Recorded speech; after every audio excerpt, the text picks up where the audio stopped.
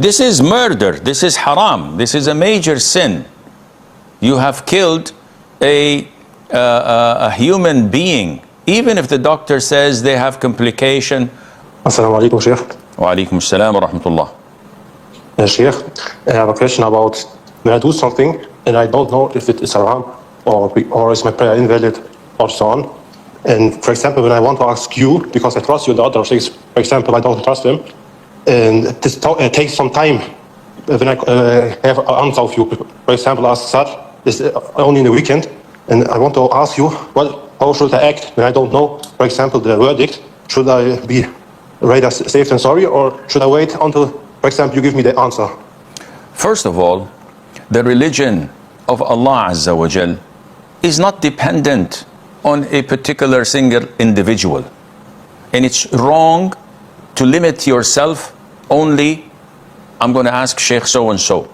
And if there is no contact with him, I will wait until I get to contact him. This is not true and not correct.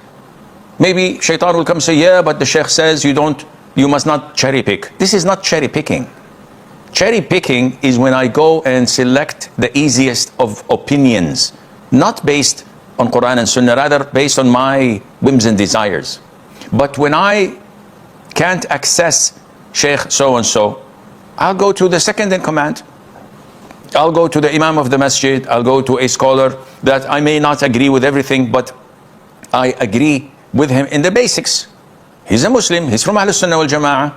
So if I have to ask him about the validity of the salat, the validity of the wudu, if something is halal or haram, where I am not following my whims and desires, rather he is the only accessible person, I shouldn't wait for Ask Zad. Even though, alhamdulillah, we have islamqa.info. You can access it any time of the day and night, and you will most likely find your answer there. You have to start to seek knowledge. And I'm not talking about being a scholar, because this is not everything everyone could do or achieve. I'm talking about the basics of Islam, the things that you require to have knowledge of in your daily life. How to pray, how to fast. If you have money, how to give zakat. What is this? What is that? What is halal? What is haram? What are the foods that we should not get close to and we must avoid? And the likes. And this is easily done with the grace of Allah by registering in Zad Academy. And we've said this so many times. Zad Academy is a 2-year program that you can learn on your own pace from the comfort of your home.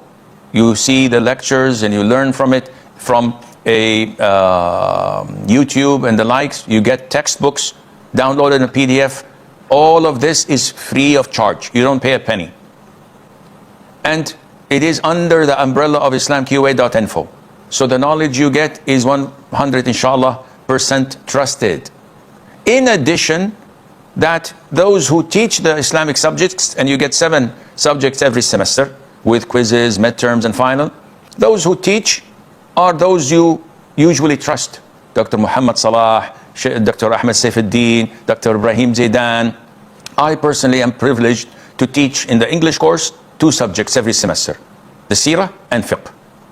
And in the Arabic course, I teach only the Seerah. So you could learn, and hopefully by accomplishing and finishing these 2 a year course, you won't be coming to Ask Zad that frequently, because now you learn, you know how to research and find the right answer for your own self. Assalamu alaikum wa rahmatullahi wa barakatuh, Sheikh. Alaikum assalam wa rahmatullahi wa barakatuh.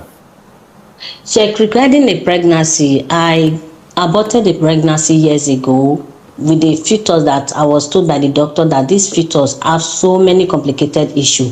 Then I had to abort it. Getting to know that in Islam, this is a great sin. How old was the fetus?